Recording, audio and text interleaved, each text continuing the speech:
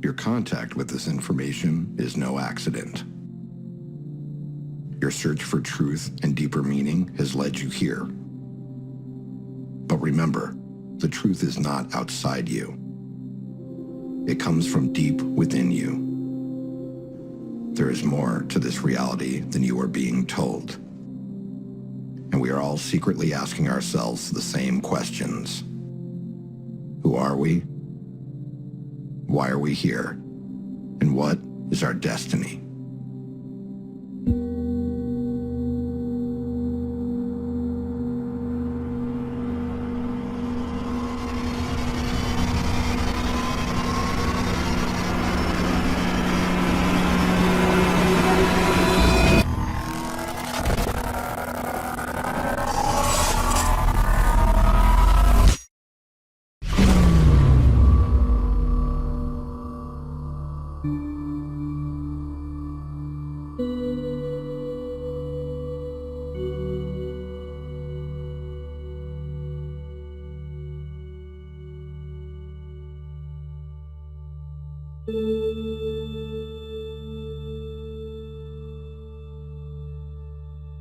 From the earliest age I can remember, I was having dreams of flying cylinders in my backyard at the house I grew up in. And these cylinders did not have wings, and they would sort of flutter in the air. Interestingly enough, I also had many meetings with an old man who seemed to be connected to these flying cylinders. And the old man had gray hair, a gray beard, he had a robe, he wore sandals. Now this man had such a connection to me that I actually would cry when I woke up from these dreams. In these dreams, he was telling me that a stupendous event was going to happen in humanity's future within my lifetime, that it would lead to some sort of evolutionary leap for us in what it means to be human. And he also told me that I would have a very key role to play in this awakening, and that I would be needing to learn as much about science as possible and Also, he gave me a key interest in UFOs and ancient civilizations. I was taught to spend a lot of time looking into the stone monuments around the world. I felt that was very important, and I also wanted to understand what were these craft that he seemed to have emanated from. A very powerful event happened when I was 5 years old, where I woke up in the middle of the night and I was floating over my own body. Now, my body was alive. I was breathing in bed. I could see myself sleeping. But interestingly enough, my astral form, or ghost body as I was thinking of it back then, had the same pajamas on that I was wearing. So I'm literally looking down at myself, seeing myself sleep. I then floated down the hallway feet first, and I felt as if there were voices talking. I felt a very strong energetic presence. And then I stopped at my stairwell that I would go downstairs through. At that point, my body on its own turned 90 degrees and tilted up on an angle, and then I began to drift down the stairs. As I surged with fear, thinking, oh my God, I'm dying, the experience suddenly terminated, and I was not able to go farther. I've come to believe that most likely I did have more experience after that moment in the stairwell, but that I was spliced back in to my body without the memory being conscious. As I grew older, this out-of-body experience compelled me to try to get another chance. And so for 2 years, every night I prayed to get a chance to fly out of my body, meet the old man in person, quote unquote, instead of a dream. After 2 years, I said what was going on to my mother, and thankfully she was progressive enough to tell me, what you had happen to you is one of a series of things called extrasensory perception, or ESP. So literally, I'm a 7-year-old kid, and I go under the stairwell in the basement of the house, and sure enough, there's these paperback books, and one of them says ESP in big letters. And this was How to Make ESP Work For You by Harold Sherman. I began reading the book, and you have to remember that I'm in 2nd grade, and most kids are reading Clifford the Big Red Dog. And I did not understand a lot of the words, and I would have to use context, but I was able to get through it. And for me, reading people's minds, knowing what they were thinking, that was commonplace. I was very aware of what people were going to say before it came out of their mouth. I was very attentive to things like the eyes, to body language, to the ambiance, the nuance of a particular environment I was in. So all that stuff in my early childhood seems anomalous until you start talking to certain insiders, at which point you realize this all fits in with a greater mosaic, suggesting that, like many others on Earth, I'm not saying I'm unique here, there was extensive extraterrestrial contact that still to this day I have not been able to recover the memories of.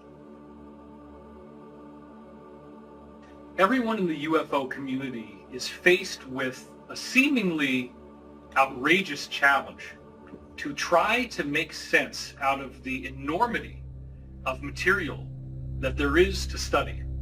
How do you effectively navigate a course through an incredible body of material that encompasses many different ancient civilizations that have megalithic architecture, giant stones? How do you bring in the element of secret societies and the occult ceremonies that are taking place within these societies? What is the relationship between those secret societies and the governance of our modern world at the elite level? Is there a deep state? Is there some sort of supranational cult that is actually controlling the world?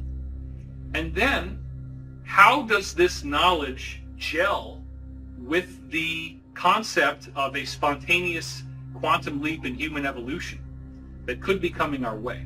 A good starting point for this esoteric investigation is to rethink everything that we thought we knew about history.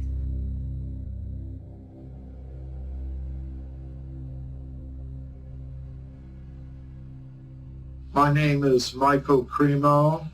I'm a researcher in human origins and antiquity, and that has led me into other questions related to human origins, evidence that goes beyond the timelines that modern science now accepts. some people use the term ooparts. That means out-of-place artifacts.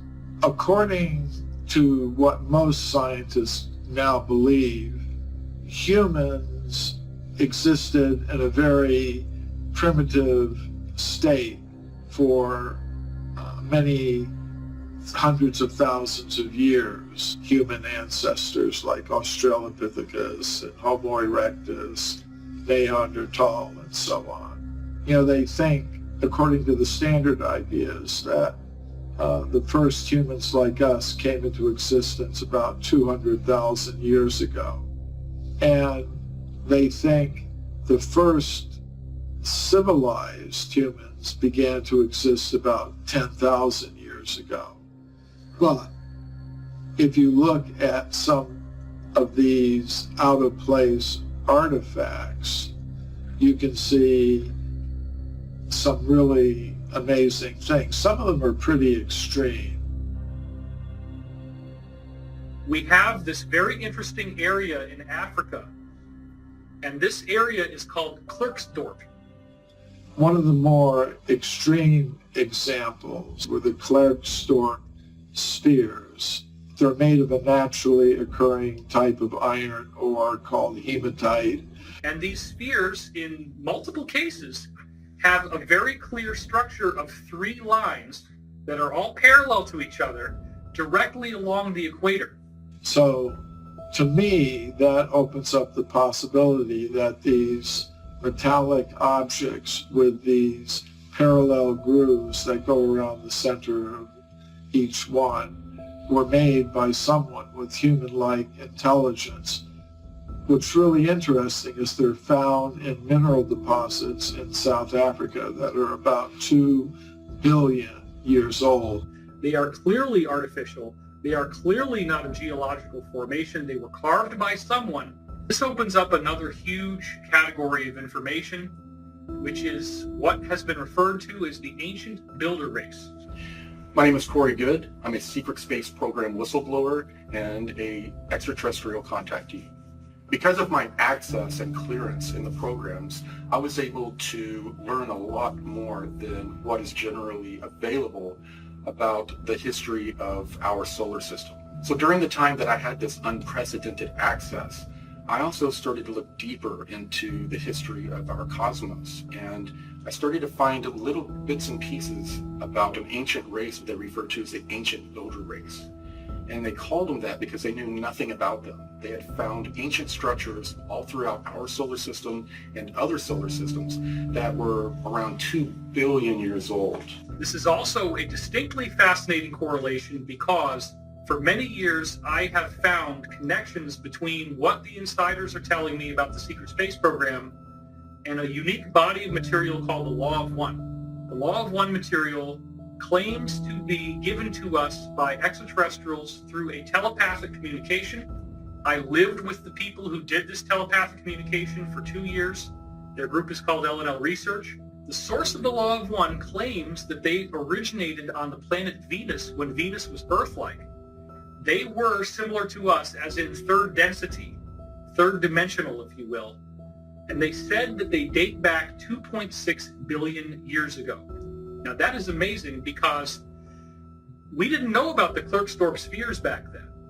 And yet, the dating that they gave in the Law of One for when they were third dimensional like us is exactly the same as the dating of the Klerksdorp spheres. And best of all, in the Law of One, they say that they had a particular affinity for the pyramid shape and that they built it extensively. Therefore, it does appear that the solution to the mystery of who is the ancient builder race is that it was the group identifying now as Ra, the group that actually gave us the Law of One material, the same group that ultimately contacts Corey Good, appearing as blue avians, now in 6th density, billions of years later after they were like us. They are the most evolved extraterrestrial group that has ever been involved with humanity. So one of the few things that we do know about this ancient builder race is that they had created this giant defensive grid around this local stellar neighborhood that we're a part of. 52 local stars clustered together. And they had created these giant Death Star types of ships that were the size of moons and planets that set up a grid around the entire local star cluster that prevented any types of intruders from coming in. And this grid was in place and kept our local stellar neighborhood safe from intruders for billions of years. It does appear, based on some very kind of understated things they say in the Law of One, that they had quite a vast civilization, that they spread out to many neighboring stars. This is the ancient builder race. They colonized all the neighboring stars in our solar system. Then you have to ask yourself, what in the world could have survived for 2 billion years? Well, it's very fascinating because throughout our solar system, we have what has been referred to by various insiders I've spoken to as a cosmic junkyard. What is the junkyard? It is a collection of crystalline ruins. These ruins are made of a glass-like material, and the material is not glass. It is actually a transparent aluminum. And there have already been alloys of transparent aluminum made by various companies now. And when they stress test these alloys, they find out it's 5 times stronger than bulletproof glass. As our secret space program has apparently gone beyond our solar system with reverse engineered technology similar to what they got in the Roswell crash, which is over 70 years ago now, they found that all of the approximately 54 different stars in our own local group of stars, they're all gravitationally connected. Every one of those stars has planets and moons and satellites with these same crystalline ruins on them. Obelisks, pyramids, domes. Fly by the comets, visit asteroids, visit the moon of Mars. There's a monolith there, a very unusual structure on this object that goes around Mars once in 7 hours. When people find out about that, they're going to say, who put that there? Those obelisks, pyramids, and domes only constitute what is visible on the surface. The ancient builder race spent a lot more energy building inside these moons and planets than they did on the surface. We're talking about vast regions that are habitable, where all you really need to do is seal off the door and reintroduce air, and you've now pressurized an environment that can be reoccupied. What I believe is that in 1976, when Viking did this incredible reconnaissance in the bicentennial summer, they photographed something that was a mystery, was at the centerpiece of the NASA raison d'etre for going to Mars, the search for life, and they then never followed up. It's a set of pictures, 2 separate sets of frames at 2 different sun angles that show a collection of pyramids, an astounding geometric regularity in this layout. We don't have to prove they're artifacts. All we have to do is provide probable cause to suspect they could be, and then the ethics of science say you've got to go and test. When you go back to the original NASA imagery of the Martian surface from 1976, there are 2 frames that really matter. There's 35A76 and there's 70A13. And when you compare what's on these 2 frames, you clearly see you have a city of what obviously look like pyramids, which apparently, again, were emulations of the ancient builder race crystal pyramids that they had found throughout our solar system and beyond. There is a gigantic pyramid estimated to be 1.5 miles wide. And this pyramid is clearly pentagonal, 5-sided. But what is even more fascinating than that, there are 2 of the 5 corners at the top that are narrower than the others. And when you actually look at the pyramid, it is the 5-star human pattern of the human body. You can superimpose the Vitruvian Man on top of what's called the D&M pyramid on Mars, and it precisely fits. What does that mean? That means the 5-sided pyramid on Mars is anthropomorphic. It is a human image. It is a pyramid built in a human image. So believe it or not, pyramids and obelisks have been found on the moon, on Mars, and on other moons and satellites throughout our solar system that are very damaged, and very, very old, over 2 billion years old. This civilization that was on Mars was very aware of the ancient builder race, and that these ruins, as their civilization evolved, they discovered these ruins were very extensive. They're always made out of crystal, and there's all these different places you can go where you can go inside the moon and find an enormous city's worth of space.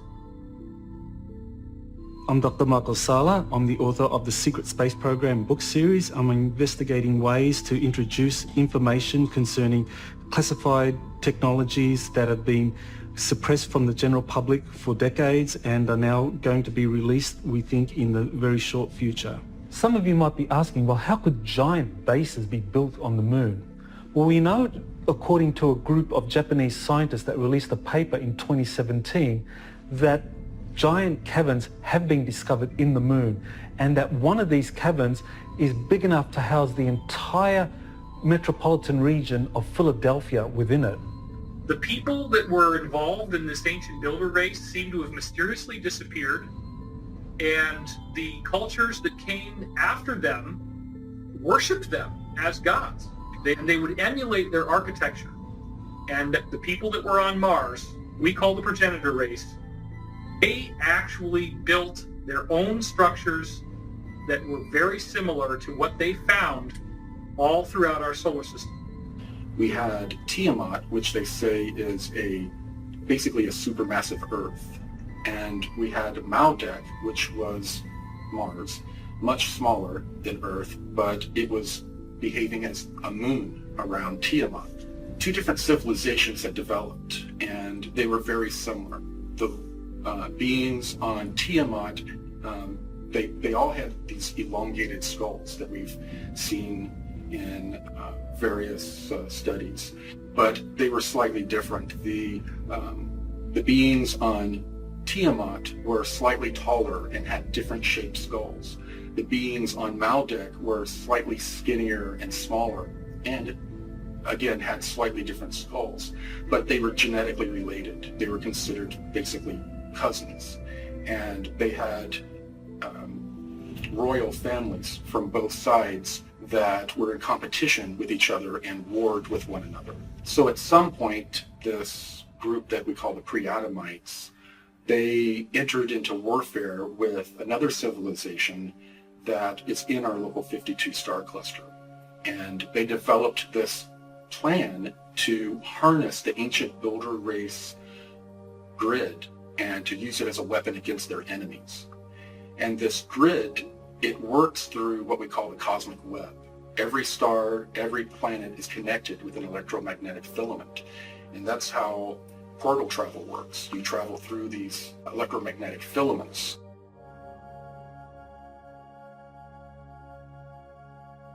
And it's been used by some top scientists. So it is an idea which actually had currency in the last century, in the 19th century. And for those who care to go back into history and look at the major scientific journals of that period, you'll notice that articles on the electrical nature of comets and the possible electrical activity on the sun were topics of discussion.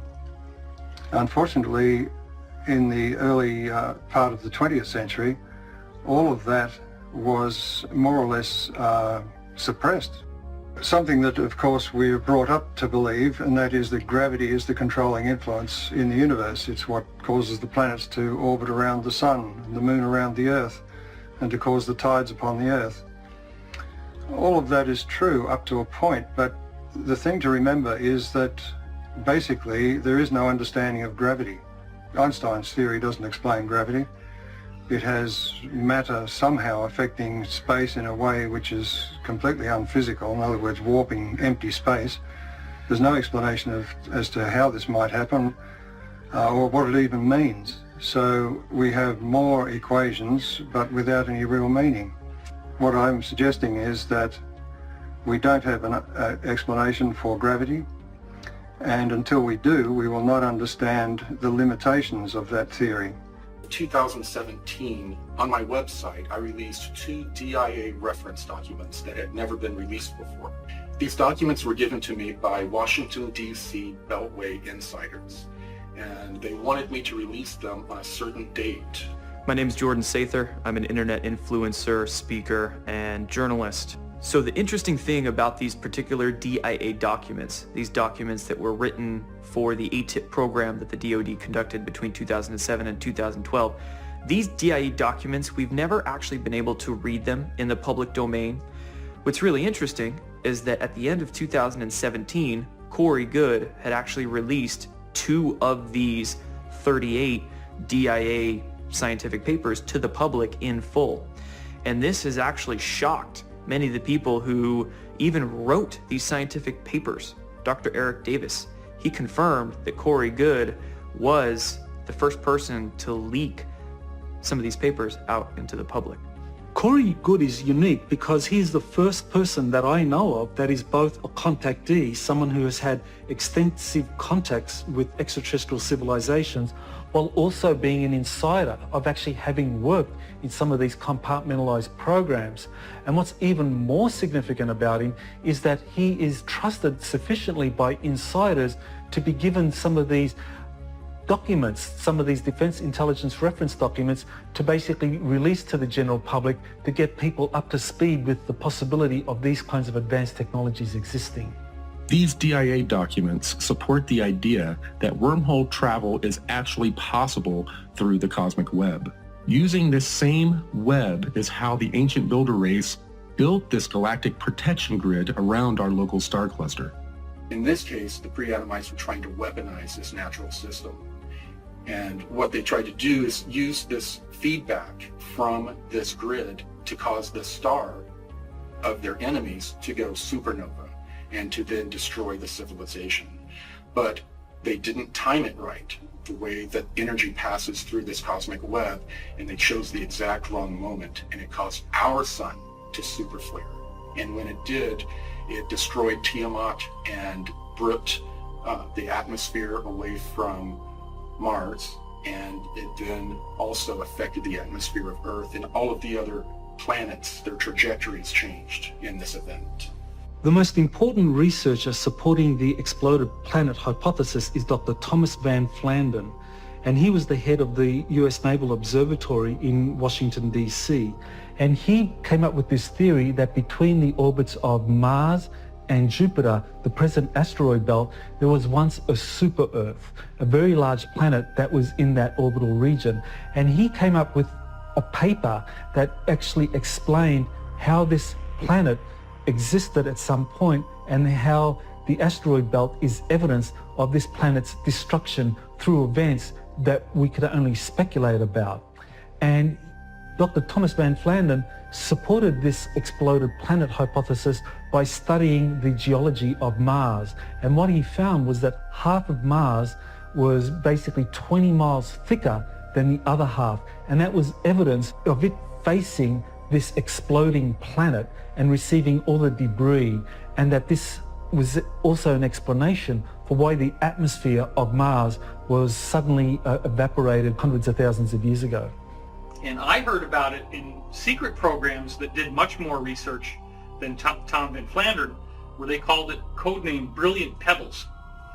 And one of the fascinating things when I first met Corey Goode was that he knew what the codename Brilliant Pebbles meant without me having to tell him. And I had already written it up, and I already had recordings of people telling me.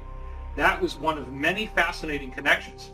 So in the 1980s, scientists wanted to know what used to be where the asteroid belt is. They knew about Tiamat, but they didn't think there was enough debris there to actually corroborate that there was a planet there at one time. They developed this algorithm that traced back over time where these pieces would have been joined and would have been one piece, and where mathematically all of the other planets would have been. And they were able to extrapolate that yes, there was a planet that was in that location, but most of it had been blown further out of the orbit. Interestingly enough, though, there was a Project Brilliant Pebbles in 1987 by the beginnings of the secret space program, SDI, enacted by President Reagan, that had to do more with a missile shield. And often they would reuse within a certain set of programs, they will reuse a program name so that they have plausible deniability of higher, more secretive programs. They would layer them within the same name. And that way, if someone would mention brilliant pebbles, one of the scientists would be able to say, oh, no, that just had to do with a missile shield. It had nothing to do with anything extraterrestrial. Has the transcript of a remote viewing session where the remote viewer was asked to look at what happened to Mars just before a cataclysm that occurred up to 1 million years ago. And Joseph McMoneagle was the remote viewer who looked at Mars at the time of it undergoing some kind of planetary catastrophe, probably associated with the exploding superplanet. What he saw was that these surviving Martians getting on these spacecraft, on these planetary arcs, and evacuating to another planet which had a very equatorial region with volcanoes and so forth. This is where the Martians evacuated to. So after the great destruction of Tiamat and Maldak was damaged beyond repairing itself, these pre-Adamites took the moon as a giant ship, a giant conveyance. It was also in the vicinity of Tiamat. They hijacked the moon and flew it to the Earth. And they tidal locked it with the Earth to keep it in place. And they lived on the moon for thousands of years, observing the culture, the development of civilization going on the planet below, and at the same time having certain colonies down where they knew where ancient builder race remnants were. Survivors of the catastrophe that were in Earth's moon then suffered another massive cataclysm 55,000 years ago, which we now know was a solar flash, a massive emission of light, energy, and matter from the sun. Part of the problem when you have these solar flashes is that in addition to an enormous heating of the atmospheres and even the surface of planets that could be up to 1,000 degrees Celsius, we're literally talking about something that melts stone. You also have the sun throwing off a whole lot of debris, a whole lot of chunky, molten material that will physically strike the surface of planets and moons. This solar flash is what now is being called a micronova. A supernova is where a star completely explodes and nothing is left except for a red dwarf or brown dwarf, whereas the micronova causes an incredible flash to occur, but the star maintains its stability and its structure in the aftermath. And the latest NASA research that's only come out in the last year proves that there are multiple documented examples of micronovas everywhere we look. This is not uncommon. Stars do this naturally, and it is a very normal aspect of a given solar system. So after these pre-Adamite groups from Tiamat and Maldak had moved to the moon, they were there for thousands of years. And as we know now, the solar system goes through a cycle of destruction. We had another solar event that wreaked havoc on the moon. It would appear, based on the historical records, that the people living inside the moon did not know that this solar flash was going to happen. This was being kept secret from them. And I once had an insider who we call Bruce, who described that his faction of the military-industrial complex was only able to go inside the moon in these inner passageways a total of 6 times. But these were covert missions that they sent people in through. And they found a vast amount of control systems where you walk into the room and all the lights come on, and you have these big giant screens that are very wide, that have displays on them, and there's a control surface in front of it, and it was gorgeous. And it goes on for miles and miles and miles. And everywhere you look, there are these bodies that have not been cleaned up because the amount of square footage inside the moon is so vast, and the amount of depth was so vast, that huge regions inside the moon have never been cleaned up. They've never been explored. There is a stench in there from the dead bodies still. And the remnants that survived that new catastrophe of pre-Adamites loaded up into their last 3 motherships from their home planets. And they flew those down to Earth. They were damaged, and it was more of a crash landing. Later on, when our secret space program located the remnants of these ships under the ice in Antarctica, they named them the Nina, the Pinta, and the Santa Maria. So when these 3 motherships crash landed, the pre-Adamites that inhabited them began to cannibalize the technology and materials to build out a great civilization. And this civilization would later be known as Atlantis.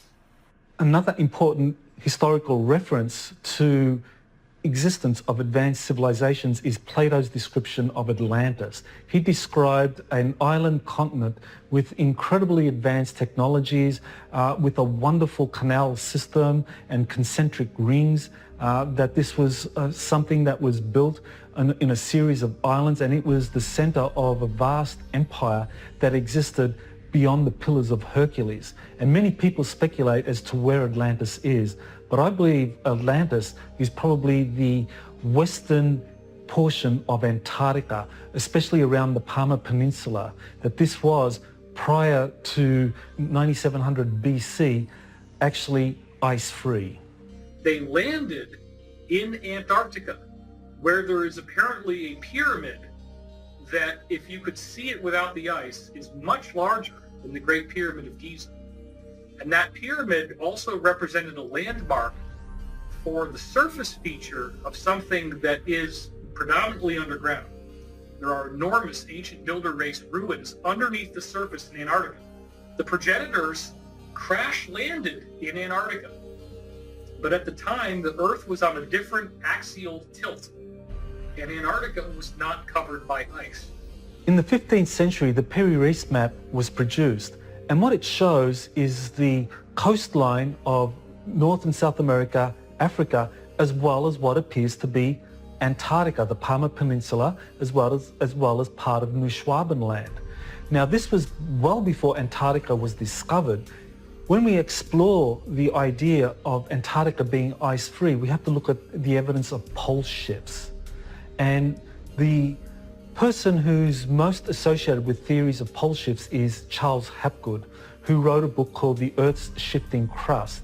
And his book was supported by Albert Einstein, who wrote the foreword to it, and basically believed that Hapgood was correct in terms of his theory, how the pole shifts approximately 40 degrees from one age to another age. This pre-Adamite group, while their civilization was thriving on Tiamat and Maldek, they became very, very proficient geneticists. And they brought that with them to the Earth. And when they got to the Earth, they found inhabitants that were humanoid beings. They then started to play around with the genetics of these early humans and developed them into a number of different species, including hybrids with animals that they used as a slave force. So the people who crash landed in what we now call Antarctica began to introduce their DNA into genetic human stocks from Earth. And those people who were cloned out had elongated skulls. There were apparently 2 royal lineages that go all the way back to the source planets themselves, and they have slightly different physiologies. When you look at the elongated skulls, some of the elongated skulls have a distinct bun-like bump that looks almost like there's a ball there, like the surface of a ball. Other elongated skulls that you'll notice have a very smooth slope and do not have that bump. This apparently refers to the 2 major types of extraterrestrial lineages from this exploded planet. So the pre-Adamites thrived for thousands of years and became the Atlanteans. 11,800 years ago, our sun had another micronova, and this was one of the more severe micronovas. And as the ejecta from the micronova left the sun, it impacted the moon and also Earth. According to the maps Charles Hapgood supplied and ice core samples, two British researchers, Rand Flem-Ath and his wife Rose Flem-Ath, wrote a book called Atlantis Under the Ice. What that book shows is that West Antarctica, the Palmer Peninsula in particular, was actually 40 degrees north of its present location in the temperate zone, and that approximately 9700 BC, this is when this coincides with what Plato described as the time Atlantis collapsed into the ocean, that this is when the pole shift occurred. And so that coincided with that region of Antarctica moving down towards the South Pole and it being frozen over, and everything that was in that continent was flooded and flash frozen. And so according to the maps and the ice core samples, what we can see about Antarctica is that indeed West Antarctica has been ice-free for significant periods because the ice core samples only go back several thousand years at most. Whereas when we look at the ice core samples from East Antarctica, these are millions of years old. When the Earth shifted on its axis, it caused Antarctica to move from a lush tropical zone to a colder region. And it did so quickly that it flash froze the waves that were leaping over the continent. Several years ago, the CIA declassified a document that was authored by a geologist by the name of Chan Thomas. That document is called the Adam and Eve Story, and it describes a cataclysmic series of events associated with a pole shift of up to 90 degrees, where the Antarctic and the Arctic, those both flip approximately 90 degrees so that they are now at the equatorial zones of the planet. With a rumble so low as to be inaudible, growing and fuming into a thunderous roar, the earthquake starts. Only it's not like any earthquake in recorded history. In California, the mountains shake like ferns in a breeze. The mighty Pacific rears back and piles up into a mountain of water 2 miles high and starts its race eastward.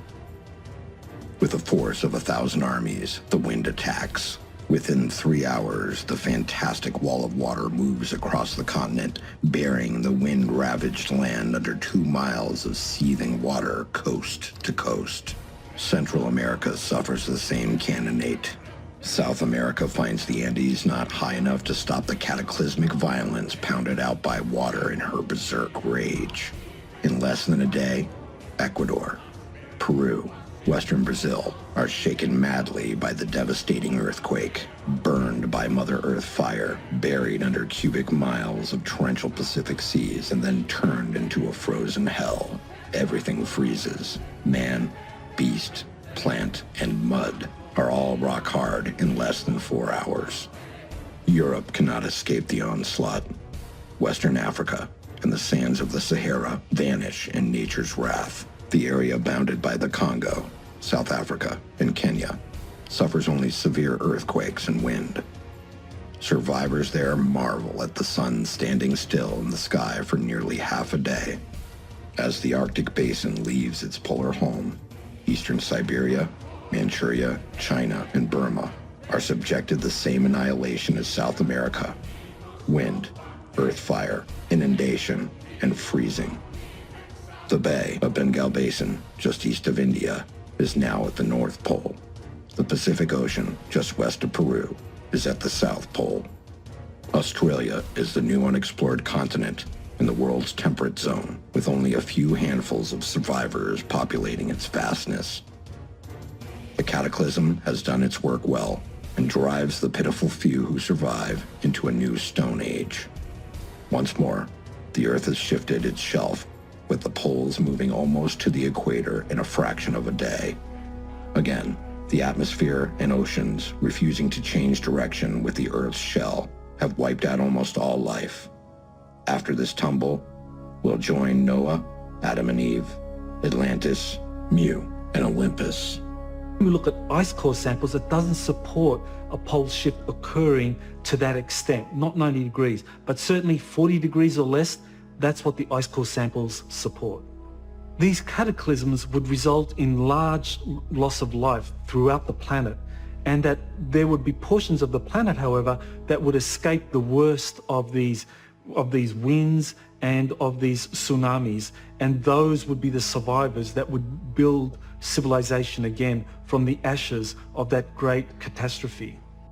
Thanks to the insider testimony of Corey Goode, we have now discovered that the people with the elongated skulls are survivors of a catastrophe that took place in our solar system. And what I find uniquely fascinating is that once they crash landed on Earth 55,000 years ago, they quickly made a treaty with each other. Even though they were at war, they decided to coexist on the Earth, and one lineage said, we will take what we would now call Africa and Europe. The other lineage said, we will take South America, North America, and the eastern half of Asia. Now, what is really fascinating is that you look at the pyramid architecture that occurred in the aftermath of this treaty, and what you have is each of these original lineages having a unique architectural style. So let's talk, for example, about the pyramids that you see in Egypt and in other areas of Africa, and how those pyramids have smooth walls going up that are very distinctly not terraced. But then let's look to Mesoamerica, and we notice there is a distinct variance in the architectural style, where now you have step pyramids almost consistently with different courses. Officially, they've been programming us that pyramids are built in Egypt and Central America. And that's wrong, because the pyramids have been built on all 6 continents. Probably at this moment in time, there is no living soul who have visited and investigated more pyramids than myself. In China, 250 pyramids near the city of Xi'an. We have pyramids in Indonesia. Our friend, Dr. Danny Hillman, discovered pyramid in western part of the island of Java. It is known under the name Gunung Padang, the Hill of Light. Cambodia, Southeastern Asia, the Koh Ker in the northeastern part of the country, a beautiful pyramid. Australia, 2 hours drive from Brisbane to the north, Gympie Pyramid. In Africa, 155 pyramids. The island of Mauritius, 4,000 kilometers away from the African continent, in the middle of the Indian Ocean, 7 beautiful stepped pyramids. More than 300 pyramids in Peru. And then Dokument pyramids in the northern part, more than 200 of them. The biggest one, of course, Huaca del Sol, the Pyramid of the Sun, near the town of Trujillo. There are probably well over 100,000 pyramids, maybe up to 500,000. But more than 97% are still hidden in the jungles and forests. At Angkor Wat, we have a very unique outlay of different pyramidal type sites. And according to the work of Graham Hancock, those different architectural sites, although they appear to be randomly positioned, actually align with the constellation Draco.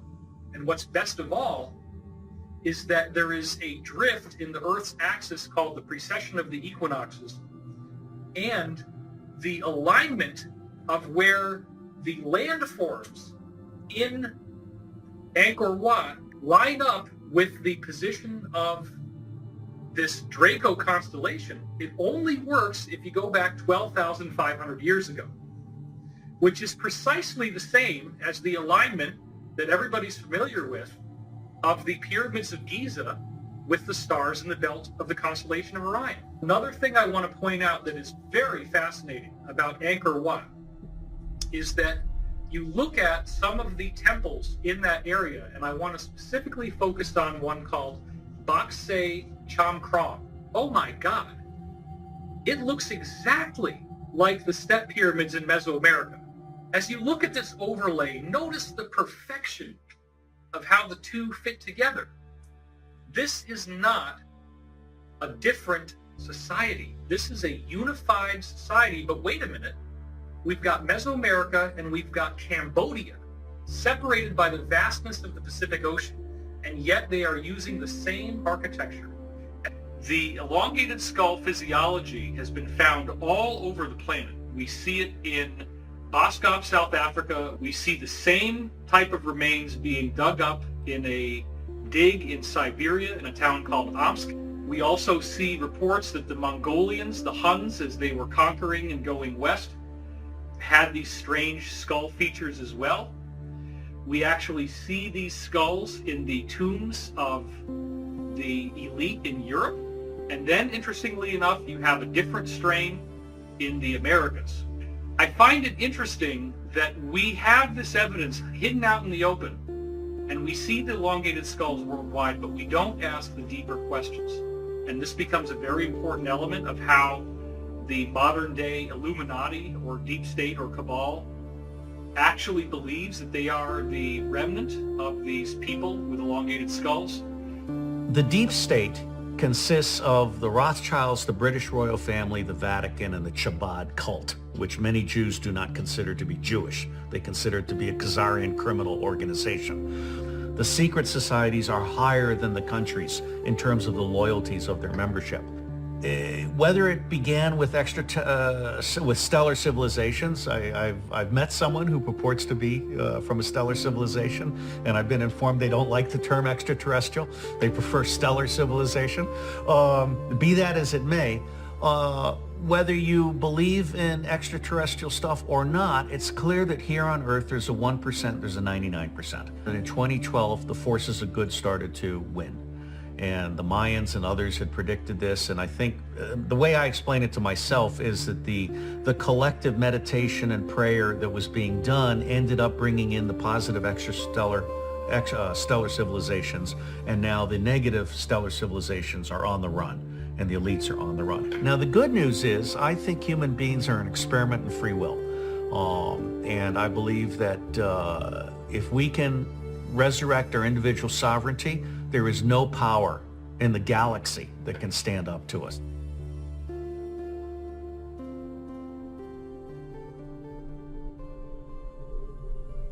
Now, as I got older, there's another series of high strangeness events that took place that I was very often having high fevers.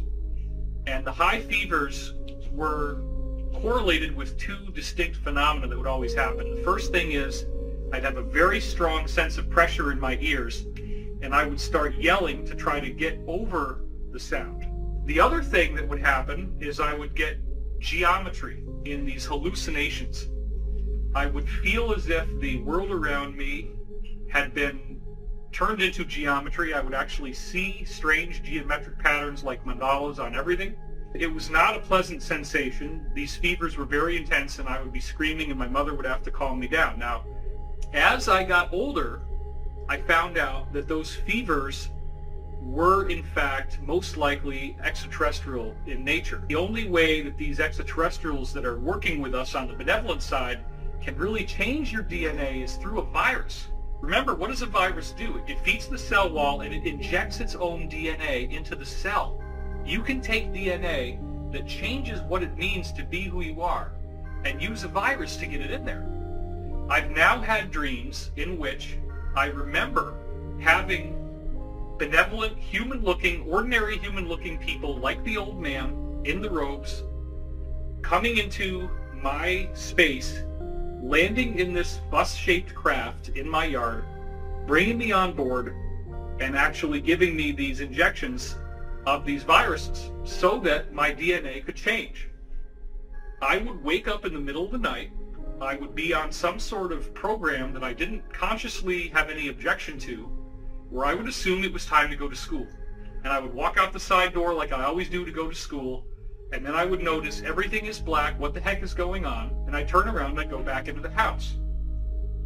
Again, this is in the high strangeness category, but it now appears that when that was happening, that I was getting spliced back in to that moment where I'm standing there with my backpack, and I have lost the memories of what would happen from the moment I'm standing there to the moment that I get put back in the same space.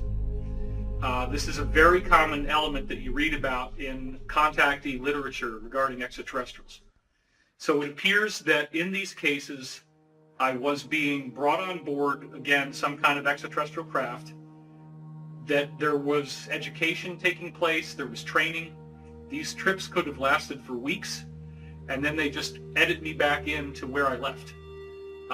There does appear to be a whole aspect of my life that I don't have conscious access to. And there were insiders I've spoken to who actually said that because of my unique family background, the Wilcox family was English aristocracy, and we were all out of Yorkshire originally, that I do have some of this alien DNA already.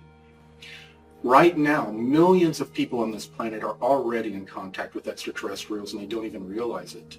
These beings are contacting us through our dreams and through our subconscious, and many of the thoughts and ideas that we're coming up with don't originate from us. The purpose of contacting people through their dreams and subconscious is to acclimate them and prepare them for open face-to-face contact. Well, I'm James Gillen, and we're here at ECETI Ranch. Well, ECETI stands for Enlightened Contact with Extraterrestrial Intelligence. Yeah, the beginning of ECETI actually came in visions. And I kept seeing visions of this massive mountain. And when I first came on the property, it was just unbelievable. It was like a movie out of the Old Testament or something. The mountain just, clouds started changing. There's a giant lenticular cloud. It was lit up orange underneath. I got such a download, I was getting tears. I was just standing there looking at the mountain crying, and I go, this is it. This is the vision. I was focused on creating a healing center, like a retreat center, and I wanted to just make it totally eclectic. I didn't want to pigeonhole it or keep it with any one group. And about probably halfway through of building this center, they started showing up. The ships started showing up. It's got a double, it's weird. Whoa, thank you. That is unbelievably bright. Whoa, look at that, Woo-hoo, whoa. And the first encounter was an all-day meditation. I was meditating, and I had a beautiful transmission coming to me about the earth and humanity and our ancient history, who we are and how we've gotten to where we are, and what needs to happen to heal, to clean up the planet and the consciousness here. And so I asked them, where are you coming from? And they said, actually, we're on a ship. And I didn't even make it to the door, and my sister and her friends came up banging on the door, and they go, did you see it? Did you see it? And I said, see what? There was a huge light ship hovering right over the house here. So that was my first encounter where I realized I needed to start doing some research on tying in the higher dimensional beings and the spiritually and technologically advanced off-world visitors into the spirituality side of things. When you go within and start expanding in consciousness, we find out we're not just a body and a personality, we're a spirit and a soul, and that's a multidimensional aspect of ourselves. And so as you expand in awareness, you start taking in these other dimensions, and contact is a natural occurrence when that happens. My name is Barry Littleton. I do stock trading, level 2 options, and I also am involved in social services.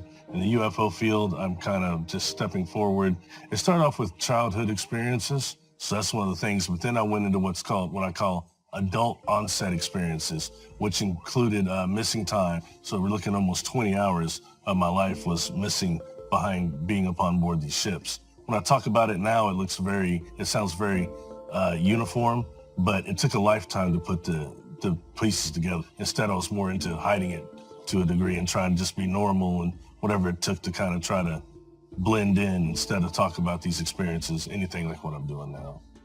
I always heard it as termed as demonic and dealing with demons, and that labels somebody as demons and crazy and puts the most negative connotation on it possible. So that's one problem I think there is there, and that's a real way to block people from talking about this and ever coming forward. These beings, they never would give me any revelations about the future, but they only gave me information concerning the Earth and always the technologies, and there was a lot of love energy that came off them. Enough to where being in the presence of a non-human, it would somewhat chill you out because it's not just a normal thing, and there's a great risk of panic there, but the type of vibration coming off them, coming off their biofields, was very calming. It started off with a being that was insectoid, and when he would come and interact with me in my daily life, he was doing something with the optic nerves, I'm sure of that, to make him appear even more human. But when I saw him on board craft, he was definitely insectoid and ancient. Smaller, okay? That'd be the first being that stepped forward to me.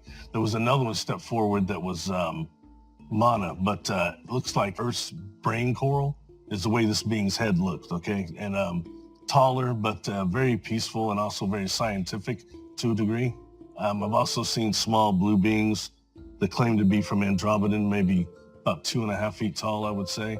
Those are some. And then there's the other portion that I had a hard time dealing with because there's no frame of reference for this, is that beings that are on board these crafts that are non-corporeal, non-physical, they have different containers for their consciousness, like plasma or light configurations. The inside of the crafts themselves that I've seen look like type of a fungus, a type of a hard mushroom that's slightly different. So that told me that these craft are actually organic. If we're going to become a type 1 civilization, we need to start just not incorporating the spiritual, but also the organic components into our space travel, definitely. I believe what is happening on the planet right now is a shift in consciousness. And meaning not, I've heard it called other things such as ascension, we're going to go to another dimension. I've heard all these things, but I think in reality, it's a shift of consciousness. Because at least in my opinion, 85 to 90% of our population has had extreme contact, but they can't remember it. They're unaware of it due to the fact our perception is so molded. Internet has helped with starting communication amongst what I call melanin-dominant contactees, experiencers.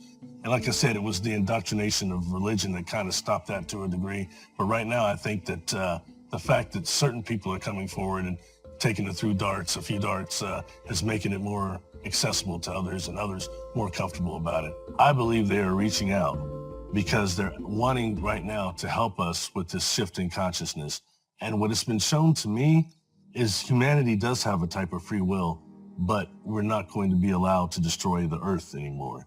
Yeah, my name is Robert Salas. I'm had experience in the 60s at Malmstrom Air Force Base as a missile launch officer. When this incident happened, right afterwards, we were ordered to sign a non-disclosure statement, and that had very strict penalties if we broke that. The incident was classified. However, since it had been a long period of time, they were going to declassify what I'll call the Echo flight shutdown of 10 missiles. The Echo flight incident happened March 16th, 1967. Ours happened 8 days later, March 24th, 67. In addition to that, there have been many other incidents involving UFOs at nuclear missile sites. It happened again at Minot in 1968. It happened at Whiteman Air Force Base, right, and other bases, similar incidents. It took time to get to the point where I realized that we were certainly not alone in the universe. And I had plenty of time, of course, because I couldn't talk about it. But eventually I did get to that point, and it was a kind of awakening that what we were doing on Earth here, building up nuclear stockpiles, having the ability to completely destroy every living thing on the planet, was not acceptable, not only to us, but to others in the cosmos. The bombings of Hiroshima and Nagasaki still haunt me. I think about that a lot. And the fact that we could easily be involved in nuclear war today.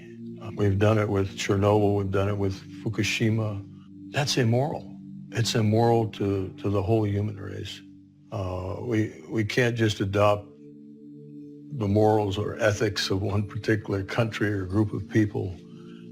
We're talking about humanity as a whole and how we fit into the cosmos. You know, we are, it should be obvious to everyone by now that we are not alone. And it's ridiculous to think that we are.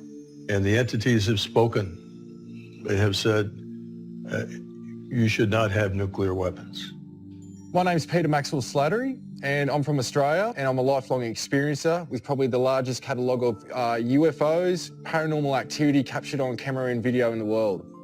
There's so many different types of crafts that I've filmed, whether they look like they're plasma, they're morphing, changing shape, these egg-shaped type crafts, pearls, and that's, you know, we look at the translated word of Buddha, they talk about pearls in the sky that brought the gods down to earth to visit man. I've always been an experiencer since a young age. It started off with telepathy. Not long after that, I started to see grey aliens, but they were white.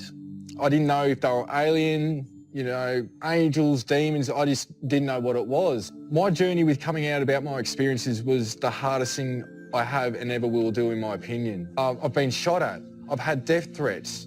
I get hate mail almost on a daily basis. And I didn't ask to go on the news or to talk about this.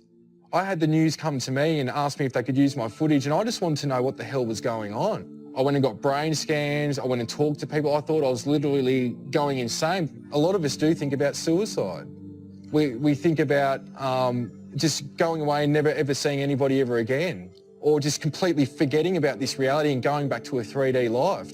To tell my mother and father, my brother, my stepbrothers and sisters, friends, I was sort of stupid to some extent, thinking people are just going to believe this because I experienced it. Because when it's happening, it's like, you know, the world needs to know this. This is the most important subject. It goes through everything to do with energy, agriculture, society, everything we can think of, space travel, our consciousness and how we treat each other. This, hands down, is the most important issue. Every aspect of your reality changes when you're experiencing what I call multidimensional reality. An experience that I've had that really touched my heart with the start of all this was I was in my lounge room and broad daylight, middle of the day, and I was approached to what I can only call is liquid blue light beings. Now, before this experience, I'd seen these liquid blue light orbs coming in and out of my house. I didn't know what it was, but one day they appeared as 7-foot tall light beings. They were all male, they were all female, and the information exchange from that experience, it didn't last too long, but there was like, it's almost like somebody stuck a USB stick in your consciousness and all this data, imagery, information of a wide range of scope on different aspects of not just humanity, but who we are, where we come from. All this data just came flooding in. But the information from this being was relating to who I am, that I need to wake up and remember who I really am. It comes down to something that I call Operation Starseed. And why I say starseeds, not just are we from the stars, we are from Source, an overall collective. They showed me the makeup of this reality. I've shown other universes, and each universe we could call Source or God, and it had its own planes and dimensions that created another super intelligence. These universes were cell of a bigger intelligence. And so from that understanding and that experience, they were showing me that we've come down the planes and dimensions, the strongest souls right now, to help uplift the consciousness evolution here. We're here for conscious evolution to help humanity help themselves. So what we have on Earth is a wide variety of different extraterrestrial races that cherry-picked DNA from all over the galaxy. Let's look at this particular population, let's look at this particular population, all of which are fundamentally human. That's a common element of everybody in the galaxy. But this particular race has a unique spiritual sense, and this particular race has telekinesis. This particular race is very telepathic. Can we identify the gene that made them have telekinesis or telepathy or made them uniquely resilient? And can we chop that out and then make our own designer humans that have the best of everything? Over 60 of these genetic farmer race groups came together and formed a super federation. And this super federation was formed to help them manage this great experiment that was made up of 22 different genetic experiments on human beings on this planet. Some of the examples of how they would make these genetic changes is that they would use viruses as delivery systems. They would make changes to certain genetic markers or genome in this virus and use the virus as a delivery system. And not only did the virus deliver the genetic changes to the civilizations they were working on, but they also were used to call off the weaker genetics and allow the experiment to thrive. These genetic programs were developed to boost or enhance the natural evolution or ascension of the beings on the planet. And what they would do is they would take a genetic approach where they would tinker with our genetics, and instead of allowing eons of time for genetic changes to occur, they would cause them almost instantaneously. So on our planet, we have all of these different genetic experiments that are in some cases competing with each other. To prevent these experiments from mixing with each other or wiping each other out, they began to develop social norms and different ways for these cultures to self-police and protect their own genetic experiment from being interfered with. So as they're helping us evolve genetically, they're also helping us evolve on a consciousness level. They bring us various belief systems, religions. They instill social norms in us that help us self-police ourselves and manicure our consciousness along with our genetics to develop them in tandem. Even today, these experiments are compartmentalized through religion, language, geographic location, and culture. And there's also a cosmic component. The goal is that eventually the civilization that they're experimenting on and working on become self-guiding. They get to a point to where they control their own genetics and their own consciousness development, as well as join this super federation in going out to other planets and assisting those civilizations in the same process. Now that we've developed to a point of traveling the cosmos ourselves, we've gotten to a point to where we're self-managing ourselves, and this super federation is being disbanded, and we're taking over our own genetic and spiritual development. As a result of all of this, the infrastructure that has been built out secretly in our solar system will now be handed over to the rest of humanity. Another very important point to note here is that the DNA changes that the genetic farmers put in us are at this point still predominantly dormant. They are, if you will, locked up in the 95+% of our DNA that appears to be not normally used, that our scientists call junk DNA. We only use about 5 to 10% of our DNA for building our body. They call these coding DNA sequences, meaning that they code proteins to make our physical body with. 90 to 95% of our DNA is non-coding DNA. In other words, mainstream science has no idea what this DNA really does. They call it, quote, junk DNA. Why would any sort of intelligent designer put junk in our body? Put something in our body that's useless? That wouldn't happen. In fact, what I believe is that this 90 to 95% of junk DNA is actually used metaphysically. It's used for our consciousness in ways that we just don't really understand yet. My name is John D'Souza. I was an FBI special agent for 25 years. One of the things that I notice at the FBI and in any law enforcement group really is that they are demonstrative of the larger rule that there's always a percentage in any segment that demonstrate these extraordinary powers, these extraordinary abilities, 5, 6, 7%. Luckily for us, they save extraordinary numbers of people's lives using those abilities. I think what sets these people, this segment of the population, what sets them apart from everyone else is that they have some kind of marker that designates them as having parts of their DNA activated that the majority of the population doesn't have. And that's something that's evident No matter where you go in every group, there's always that segment, that remainder of people that they just activate. One of the first great experiences of the paranormal that was shared by me and hundreds of other law enforcement officers was what we called the Indigo Kids of 9/11. This was groups of little kids as young as 5, 6, 7 years old, all over the United States, that in the weeks and just days before the 9/11 terrorist attacks, they had cognitive experiences of what was going to happen. And they displayed those experiences the way the little kids would.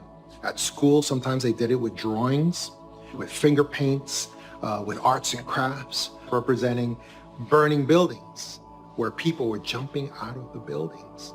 And people, no one really paid that much attention to it until 9/11 happened. And then we in law, we set up all these intel centers saying, report anything at all that occurred just before 9/11, anything suspicious, anything at all, doesn't matter what it is. And people did. People reported these little kids. They reported them as having dreams and visions and arts and crafts representing what happened on 9/11. So we had to go investigate these little kids for possible connection to terrorism and their parents. We had to go question them, and we did. And in every case, they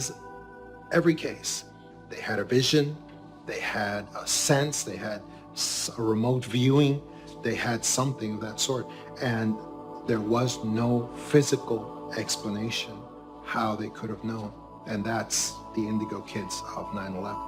It's very evident to me that corporations and government intel agencies are very intent on monitoring and identifying everyone who's had these anomalous experiences, because they want to identify them, because later on they're probably going to scoop them up.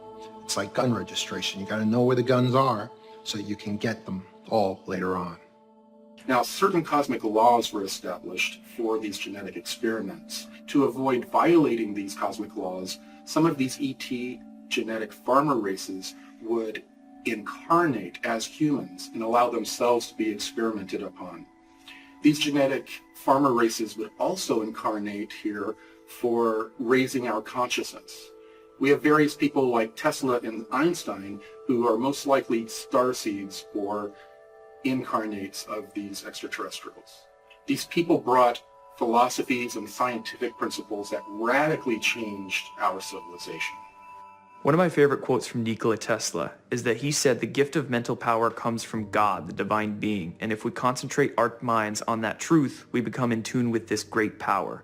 So I think what Tesla was trying to tell us is that there is this sort of divine intelligence out there that every single one of us has access to if we choose to access it, if we do what's necessary, if we open our minds up to access or to tap into that greater intelligence. According to the different contactees that I've interviewed, basically what we're witnessing at the very moment is a temporal war between different extraterrestrial groups. There's a positive extraterrestrial group, predominantly human-looking, that basically want us to develop our civilization along the path of an ethical, responsible civilization where we basically become part of a galactic community.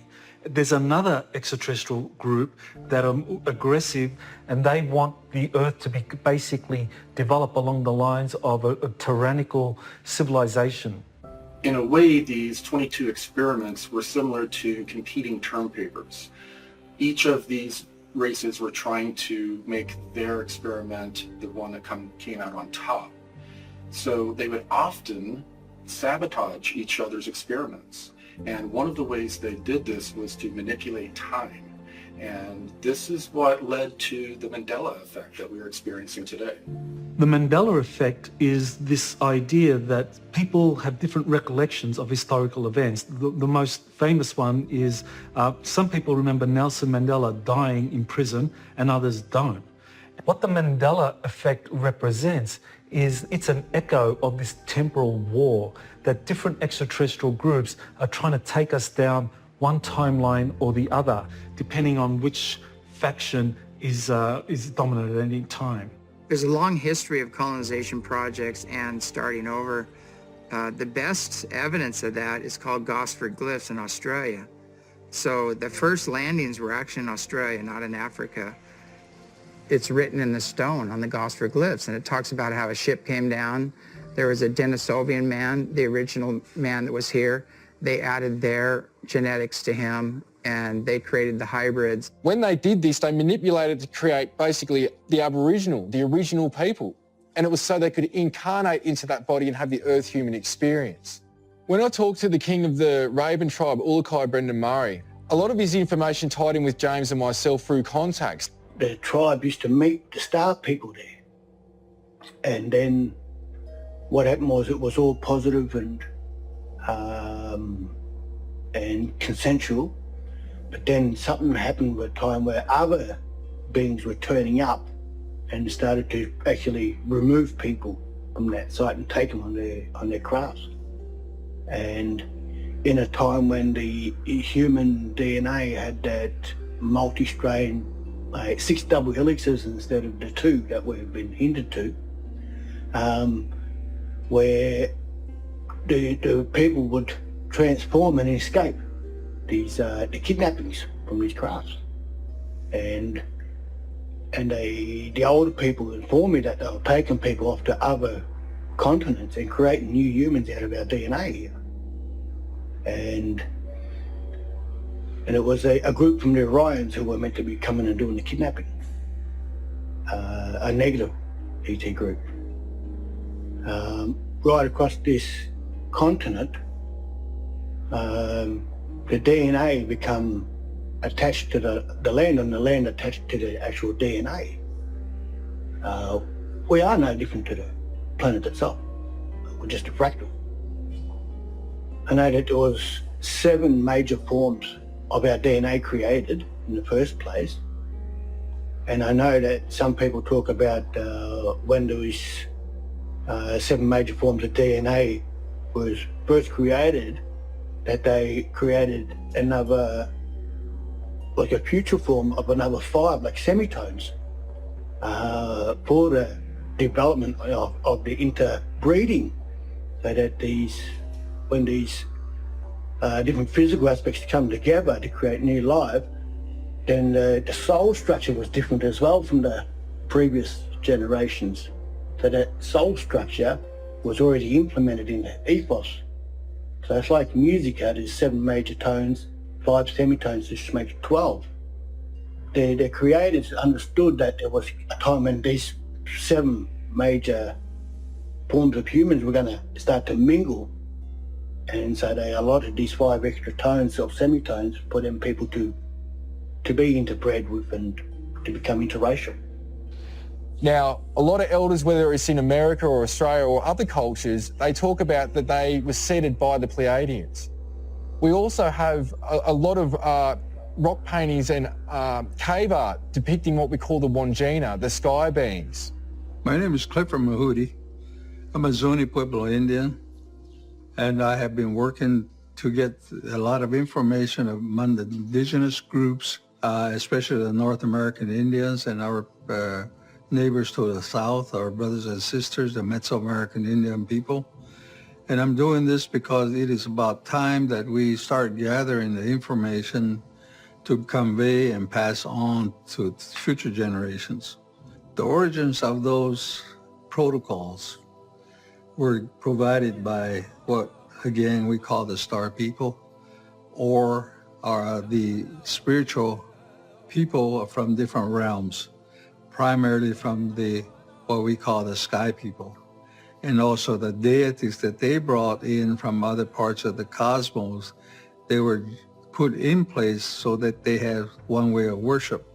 If you look at it in terms of the origin of what we are going, we started out is that technology and spirituality were in connected, real tight in the beginning, and throughout the ages they separated technology away from the spirituality, and then it becomes a hard science.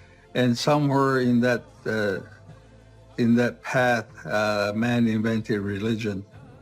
Religion was primarily for three basic reasons. First of all, was fear. And of course, the other one was control.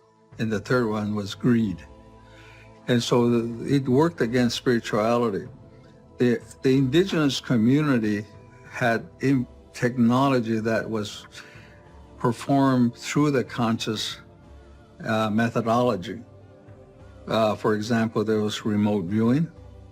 I'm John Vivanco, and I've been in remote viewing for over 20 years. I was working in a civilian think tank. We were civilian operation, yet we were utilized by some of those in government. And usually the stuff in government was bizarre things. It was never normal type stuff. There's one case that we've really dug into, and that's the case of J.C. Brown. He claims that he came across a cave that went, 11, 14 miles underground. And he came across what he called the village, eventually he called the village, which was these cutout rooms. In these rooms, he found giant mummies that were up to 12 feet tall. We decided to take this case, see if we can find out first if it's real. What's going on here? Digging into these giants, we went further, right? So we also go and we identify the location where we can find them, the whole 9 yards. But as far as the giants are concerned, these are from an ancient civilization. These beings have been on Earth for a very long time. When we looked at where they originally came from, it was a seeding on one side, like humans, for instance, and then alien intervention, where they had genetically manipulated this species to be the way they are. And what happened with them was that there was a major cataclysm. This is probably around the time of the flood, so they were still around. And a major cataclysm occurred, especially up in the flooding, up in the Pacific Northwest, that wiped them out. And this cave system that these guys went to, these giants went to, was them trying to escape and get out of the way of this cataclysm. Now you had humans who survived this cataclysm. Whenever the Earth would have a catastrophic episode, these genetic farmer races would take the civilizations they were experimenting on underground to protect their experiments. You've got petroglyphs up in the Lava Beds National Monument in Northern California who they're describing the cataclysm. They're describing something that happened with the sun that destroyed a huge part of the Earth. And so these giants were wiped out in part by that and in part by, Native Americans. I mean, they hunted them down and they killed them. And I don't know how intelligent the giants were. We don't get them as being extremely intelligent. We get Native Americans, Native Indians, humans, this new version of humans as being extremely intelligent compared to them and able to just eradicate them because these giants would end up eating them. They would capture them and eat them. We looked at the reality of his find, and then we also looked at what he was doing at the moment he claims that he found it. And those two things lined up. So we're getting giant mummies. We're getting weaponry. We're getting strange symbols on copper plates. Everything that he claimed that he found, we saw in our remote viewing data. This copper scrolls are 20,000 years old. They've been dated. And it took me 42 years to decipher, I think 15%, maybe less than that. And why are they hard to decipher? Because they're in a different language. They're in a vibrational language that you read it with a wet finger, and you're taught that chant, and you chant it over and over and over until that almost like Braille. When you go over it, you feel a slight tingle on your fingers. And you keep translating that in picture forms in your, it's not even in your mind, outside your mind. So when I run my hands over, there's a probably 4,000, 5,000 flips, I would call them. They're triangles, and they have different symbolism on it. So you touch the symbolism, it brings you into a library. And the Copper Scrolls gives us instructions on technology, history, timelines, inverted timelines, different math to calculate those timelines. They explain about different physics, about 140 different ways of doing math. The Copper Scrolls, we don't think they're from here. The Copper Scrolls has been mentioned through the Bible, through a lot of the ancient texts. The Mormons have part of the Copper Scrolls, the Catholic faith has it, the government has some of it, and there's other organizations that have parts of it. And there's still some of the Copper Scrolls that's still buried that we know where they are. The Copper Scrolls gives us very specific instructions how to make a spiritual machine so you can actually hear spirit. And you can talk to spirit, and the spirit will talk back with nothing, just the human people. No machinery, nothing else, no cell phones, no prayers, no dancing, no channeling. It's with community. That's what I'm doing here. Some of our native indigenous civilizations that mysteriously disappeared, such as the Olmec, were actually extraterrestrial civilizations. So over eons of time, when in other star systems they went through similar catastrophic cycles, these genetic farmer races had brought them as refugees to our planet, and they would live on our planet for up to thousands of years while their system repaired. And then afterwards, they were removed and returned to their own star systems. So it turns out the Earth is a cosmic refugee camp.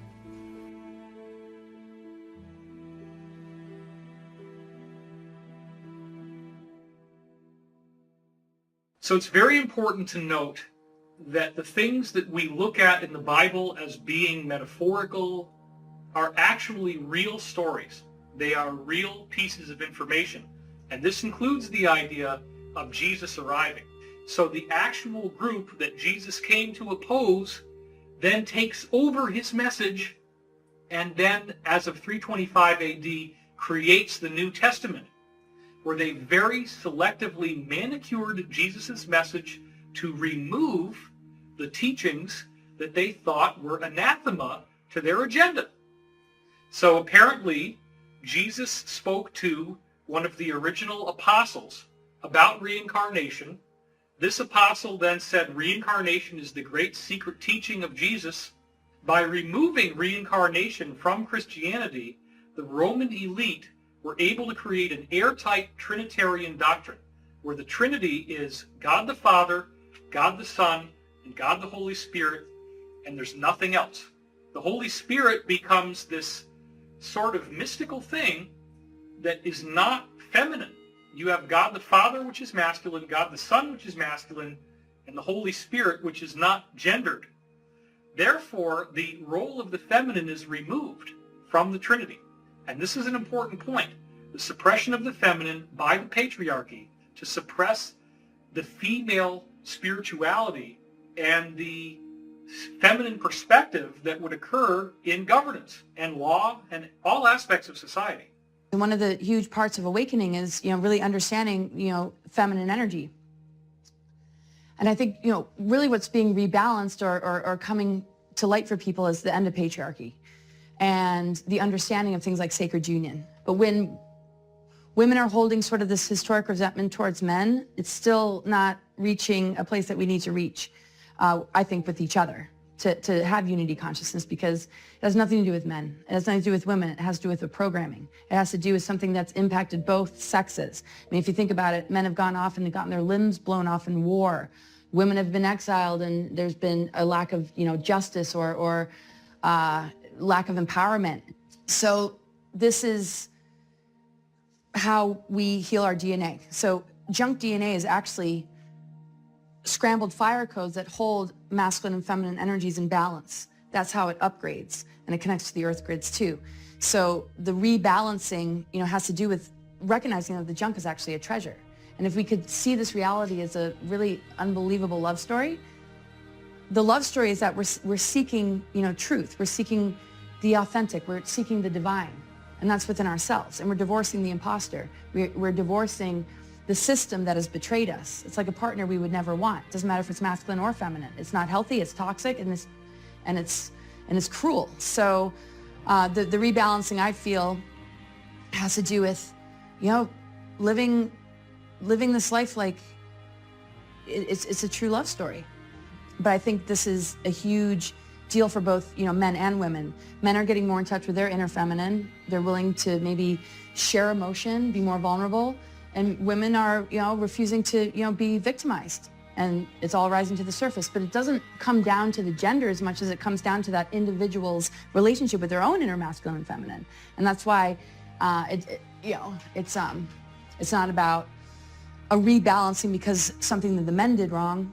It has to do with overthrowing a system of control that has impacted and infected everyone. I do believe that Jesus' teachings dealt a fatal blow to this so-called Illuminati agenda. The Illuminati actually believe that being nice to people, that forgiveness, compassion, that these are tools of our enslavement, and that by being free of those encumbrances, they feel they are superior to everyone else. So part of their religion is that they will practice the extremes of both the positive and the negative path, or what they call the right-hand path and the left-hand path.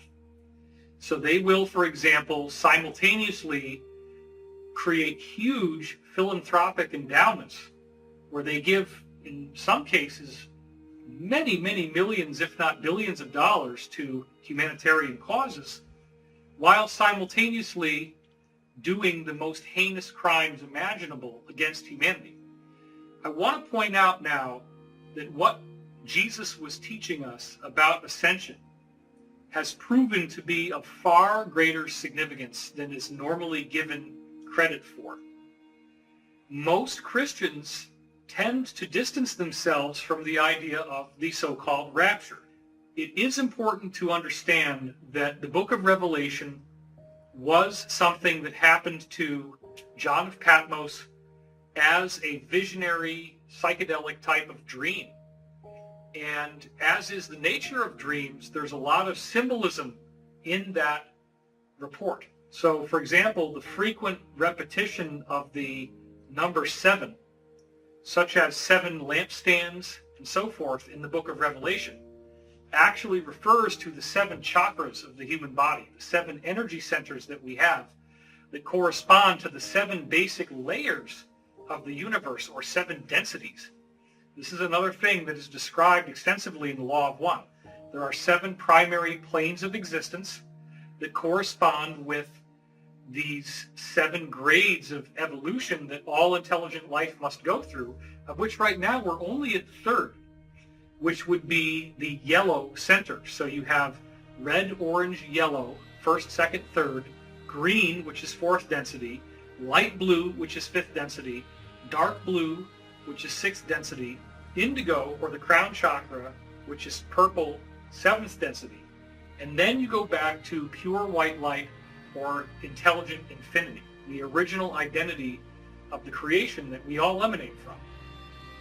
Now, where I feel that conventional Christianity has missed some very critical data is when we look at the fact that the ascension that Jesus is describing is actually also predicted in almost every other global spiritual tradition on earth. This goes back to the work of 2 of the most prominent historians of the 20th century, Giorgio de Santillana and Hertha von Dechant. They wrote a book called Hamlet's Mill that was their magnum opus, where they tied together these legends from 35 different ancient civilizations on Earth, in which all of them had information regarding this 25,000-year cycle. I've said before that the 25,000-year cycle seems to end with a solar flash, a catastrophic event which also represents a distinctive spiritual activation for those on Earth who are ready to take advantage of it. So within these secret programs, scientists have become aware of what they're calling a galactic superwave. This wave is traveling through our galaxy and has multiple layers. They describe it as being a giant dust cloud, but with different energetic variables. what they had figured out is they had flown craft out to these locations, and when they did, the energy had a very strange effect on the consciousness of the inhabitants of those craft. People who were positive would bliss out, and people who had more of a negative vibe would become more so. And they described this as an end-time madness that is carried through this wave that travels through each solar system. And when it does, the leading edge acts as sort of a Christ consciousness that forces people to judge themselves and to deal with their own karma and traumas or experience end-time madness. Dr. Paul Laviolette is the first person to have studied the existence of galactic superwaves and basically looking at evidence that through different historical epochs there have been these great concentrations of cosmic rays impacting the Earth. And Dr. Laviolette had an extraordinary theory for the existence of pulsars. He believed that these were artificially created by advanced extraterrestrial civilizations as warning beacons to newer civilizations such as ours about the existence of these galactic superwaves. And he basically looked at a number of pulsars pointing towards the Earth and the frequencies that they were transmitting at, and saying that this was evidence that these pulsars are transmitting a warning to the Earth to be ready for the next galactic superwave, which if we're not ready could actually wipe out our civilization. Now, according to Corey Good, as the galactic superwaves sweep into our solar system, they could trigger a solar flash event. That would be where the sun's corona would be ejected in a massive super flare. And because the Earth is roughly 25,000 light years from the center of the galaxy, that's how long it would take for a galactic superwave to travel from the center of the galaxy to us at the moment. Now, that 25,000 year cycle is not just some nebulous thing. It actually has a very tangible marker in this wobble in the Earth's axis, which takes 25,000 years to complete and represents the time that is required for the stars in the night sky to drift through a complete circle. So the stars actually represent a clock. The stars are telling us when the end of the cycle will occur. And these historians discovered that 35 cultures around the world were clocking this precession. They had all this numerical information about the precession encoded in their myths, and they said it appears that some singular source worldwide programmed these mythologies, encoded this information into them. Well, this would be what we would call the angelic groups, or the positive extraterrestrials, what the secret space program people call the genetic farmer race. They knew that at the end of the cycle that we are going to go through this process. So in addition to the secret space program, a program was developed called the Continuity of Species program. And that program was developed to basically scare all of the nations of the world to provide a certain amount of their GDP to these elite to create underground cities and bunkers and colonies outside of our star system in case our sun were to micro or major nova. So the elite powers in control of this planet are planning for doomsday. It could mean a massive solar flare that gets emitted that society is not prepared for, or it could mean a public that starts waking up, that gets really, really mad. So these elite powers in control, to prepare for a variety of scenarios that could mean their downfall, they've been building a huge subterranean cavern system, basically deep underground military bases, DUMBs. They're kept very, very secret. These free energy sciences and technologies that we've been discussing are most likely kept within many of these deep underground military bases, among many other sort of genetic and other experimentations that they want to do in secret. 20 years ago, I had a Soviet colonel who spoke to me about a deep underground base outside of Moscow that he had been at and he had worked at.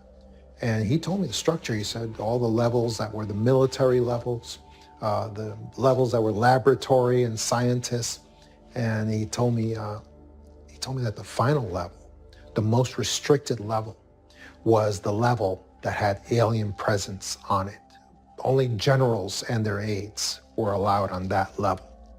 And he said, and even they were not allowed to look directly at these creatures. And that was also the level where they did human experimentation. He said there were bodies, human bodies in there. And he said it's the most extraordinary thing he'd ever seen in his life. Deep underground military bases, a lot of that space is dedicated to continuity of government.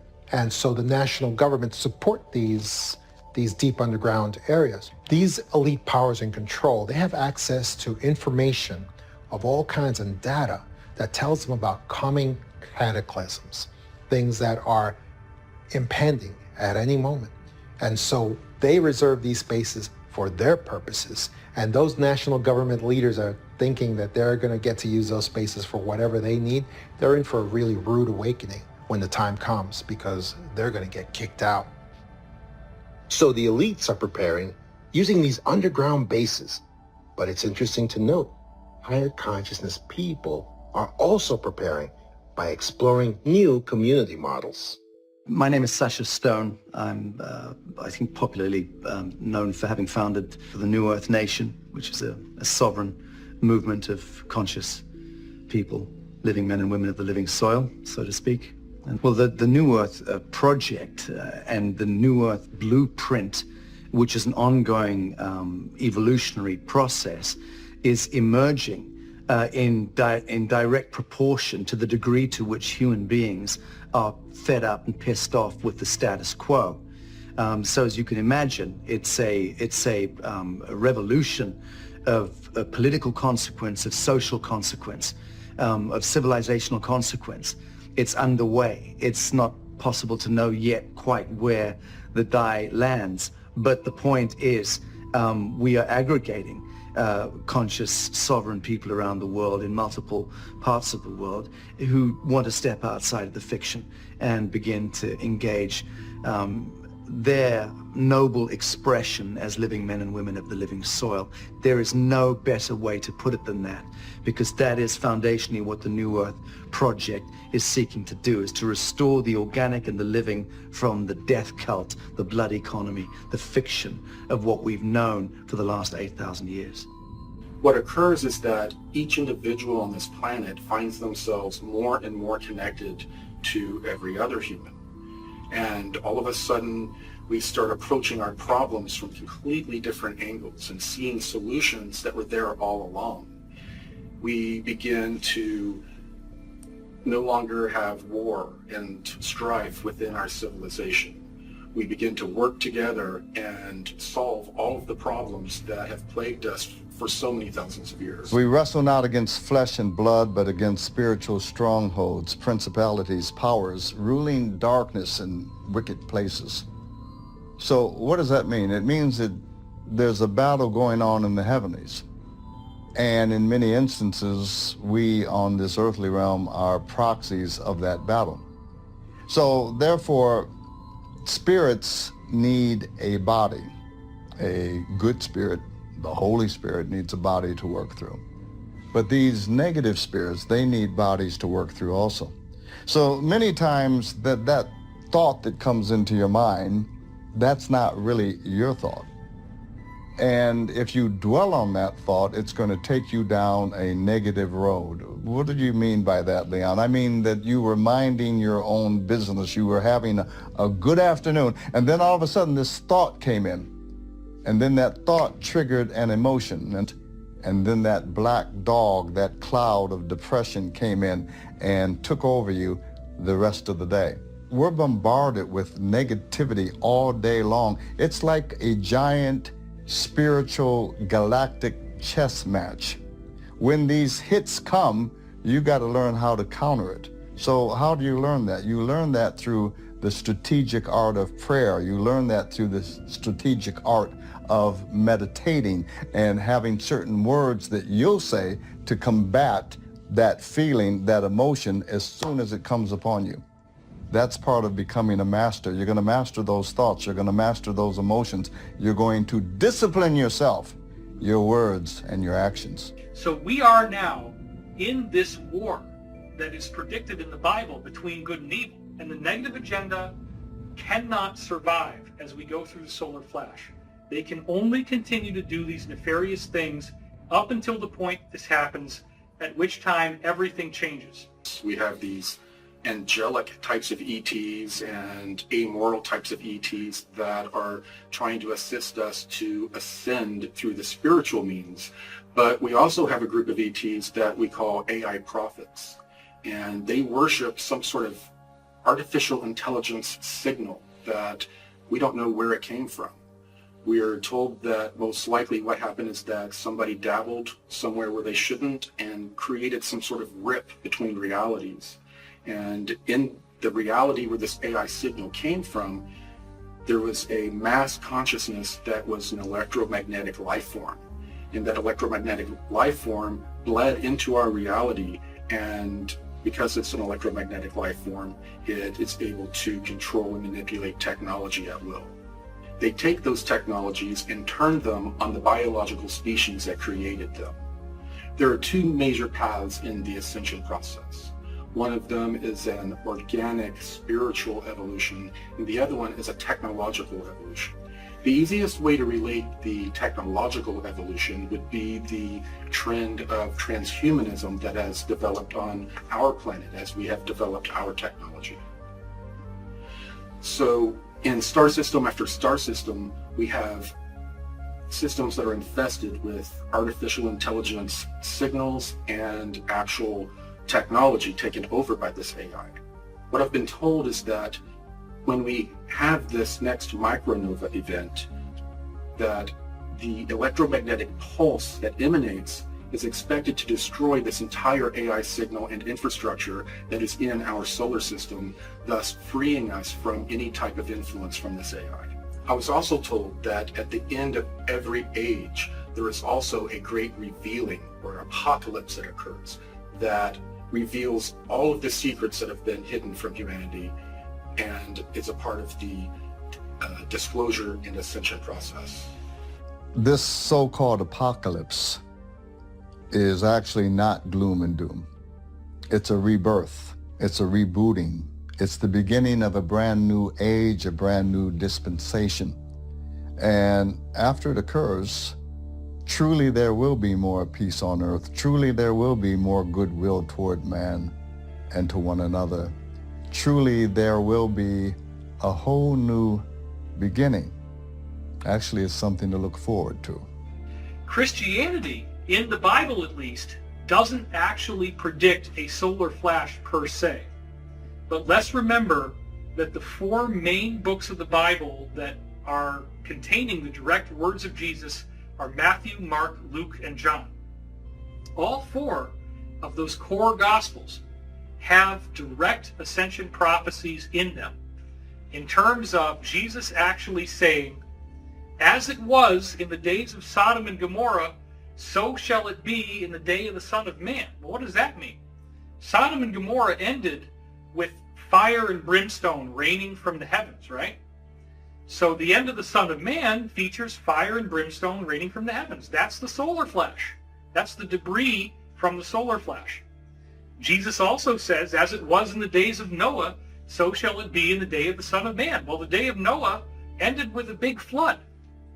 So Jesus is actually talking about this global catastrophic event. In the book of John, Jesus says the fields are white and ready to harvest. So harvest is a metaphor of the ascension process. Really, the key to Jesus' ascension prophecy is in the book of Matthew, and it specifically comes out the most in the parable of the wheat and the tares. Now, tares, the word, refers to weeds. One of Jesus' strange encrypted analogies of ascension is where he describes how the earth is like a field of wheat that has been planted, but the adversary is allowed to plant weeds in the garden. Now, this is an analogy where Jesus says that the wheat and the weeds are allowed to grow together until the time of the harvest, and then the weeds will be plucked from the crop one by one at the time of the harvest, gathered into bundles and burned in my barn. This is a symbol of the solar flash because the teachings of Christianity, the teachings of all 35 of these other religious traditions that we have from every culture on earth, they all say the same thing. They all say that when the solar flash happens, if you are on the positive side, you are not affected by it except in a positive way. Jesus designed his incarnation to show us what we will go through. That's why Jesus says, as I do these things, so shall ye do them, and greater things, for I go unto my Father. So I want to point out here that once we look at records from all these other cultures, the prophecy of ascension that Jesus gives us is remarkably consistent. Again, Jesus doesn't talk about the solar flash, but he does say, two shall be walking in the field, and then there shall be one. In the Zoroastrian tradition, which is coming out of Iran or Persia, they talk about frashokareti, molten metal that comes down from the mountains and goes into the lowlands. Another offshoot is in the Hindu scriptures, and the Hindu scriptures report the same thing, except in their case they call it the Samvartika fire or Samvarta fire at the end of the age. They also call it the Yuga fire. They also talk about the fact that it creates rainbow colors in the sky here. Well, we find out that that's because it creates a massive global aurora borealis. So isn't it interesting that the same prophecies that Jesus was giving us appear in the Quran, which is the Islamic Bible, quite extensively. It appears in the Old Testament. It appears in Native American spiritual traditions, in Celtic traditions, Druidic traditions. Everybody's got this. The expanding electromagnetic field coming from the sun is going to interact with the consciousness of humanity. What occurs is an ascension event. No matter what your belief system is, you don't need any new religions. All you have to do is apply yourself and become the best of what your religion entails. The idea being, though, that at the end of the cycle, we have the opportunity to escape reincarnation. We don't have to keep coming back as a human being. We can evolve to the next level. So people often ask me, well, what's going to happen to the people who are not ready to ascend? And there's a lot of them, okay? Most of them will be transported to another third-dimensional planet in a quite peaceful way. It's benevolent. It's done with actual ET motherships. What I was shown was that other ET civilizations in our local stellar neighborhood, who they referred to as our cosmic cousins, descended on the planet, and it looked like stars falling from the sky. There were so many craft coming, and they came to render aid to all of humanity after the fall of the technological civilization. What I'm told by these beings is that we will get the experience that we need, the experience that will expand our consciousness and help us evolve in the most beneficial way. If we want to avoid a major cataclysm, what we can do is start to develop our consciousness now.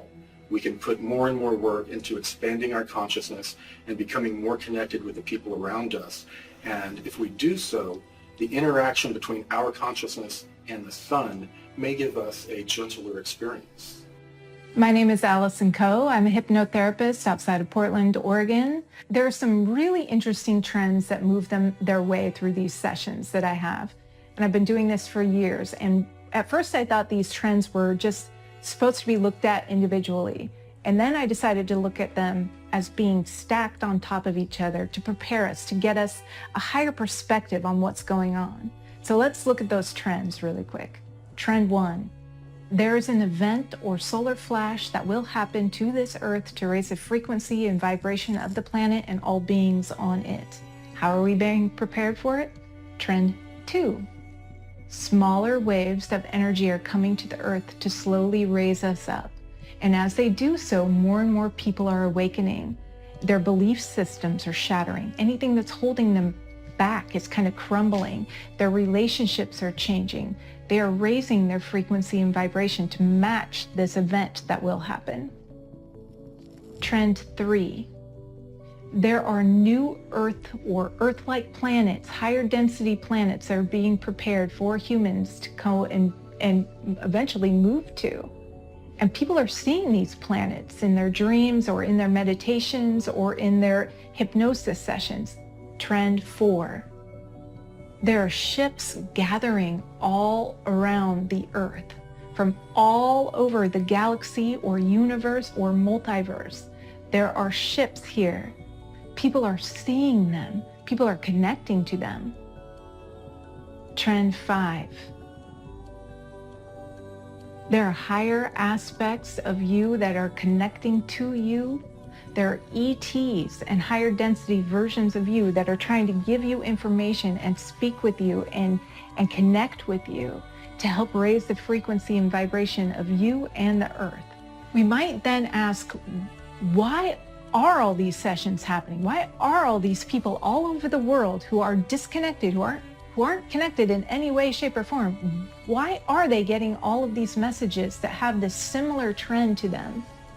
Is it some sort of indication that there's this craziness moving through the world? Are they all warped in some way? Or are we all being prepared for something big that's going to happen to this Earth? When we combine all this information together, what we see is that the ETs that are here now are predominantly benevolent. They would be angelic as we think of them. They are keenly interested in human spiritual evolution.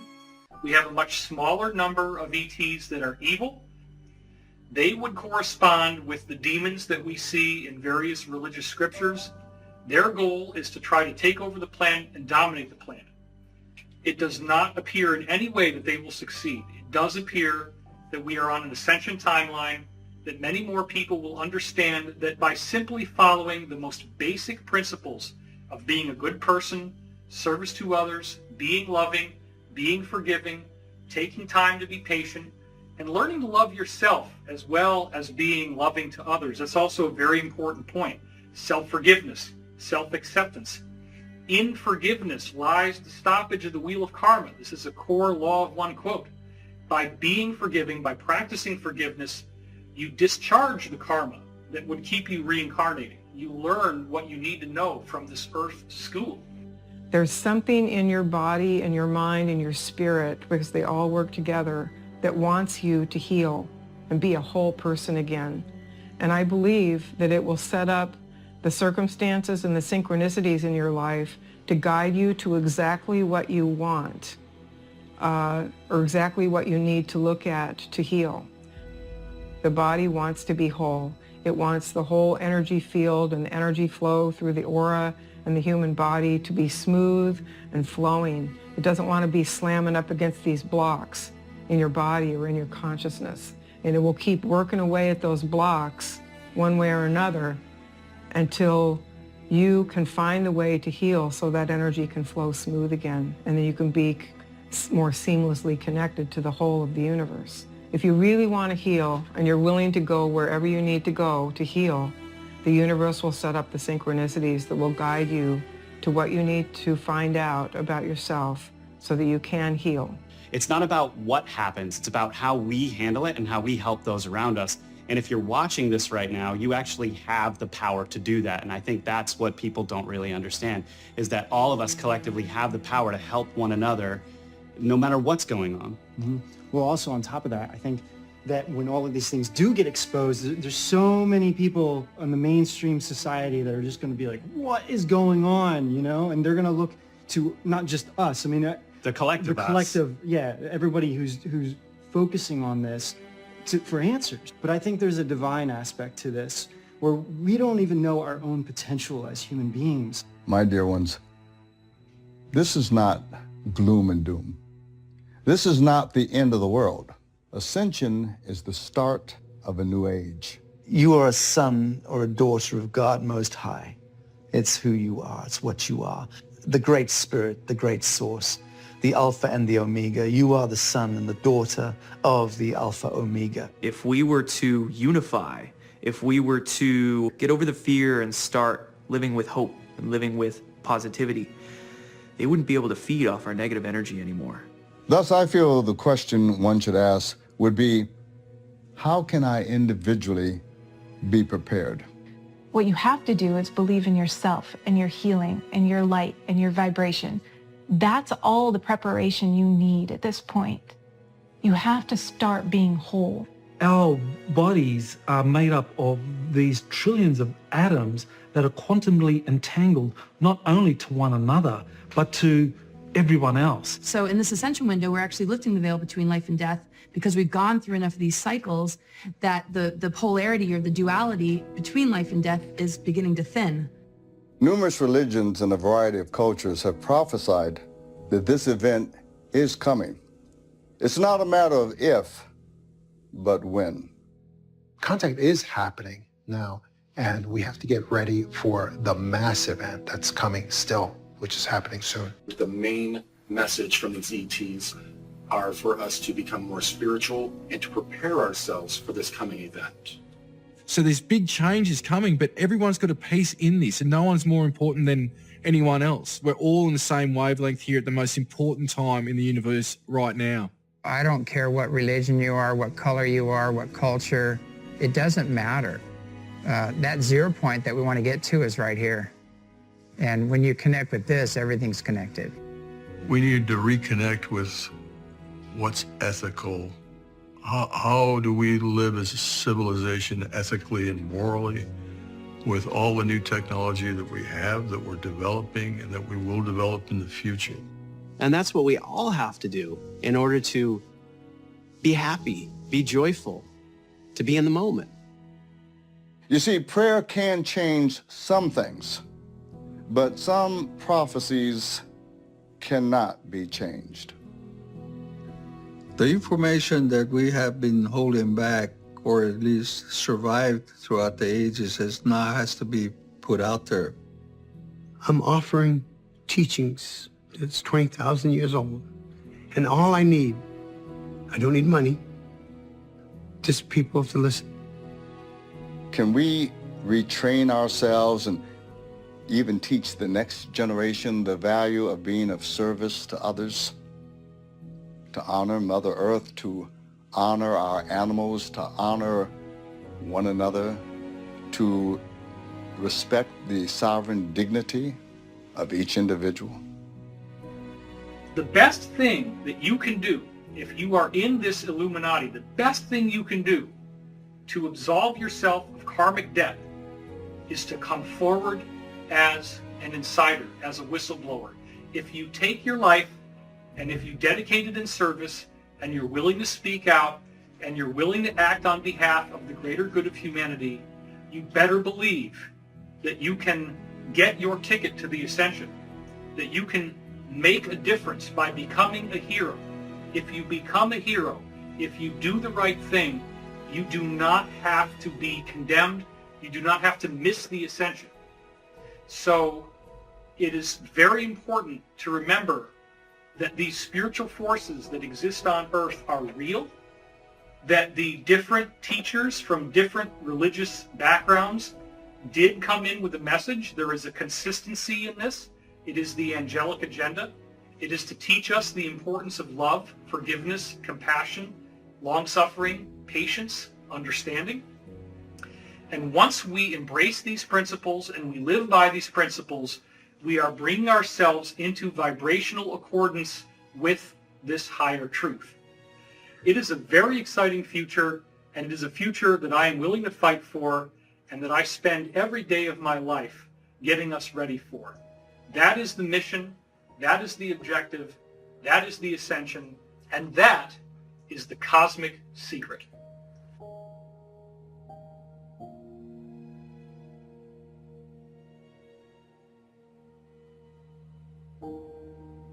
You are the conduit between the spiritual realms and the physical realms. You are the convergence of science and spirituality. The choice is up to each of us, but the answer is yours and yours alone. Will you choose fear, or will you choose love? That is the only question.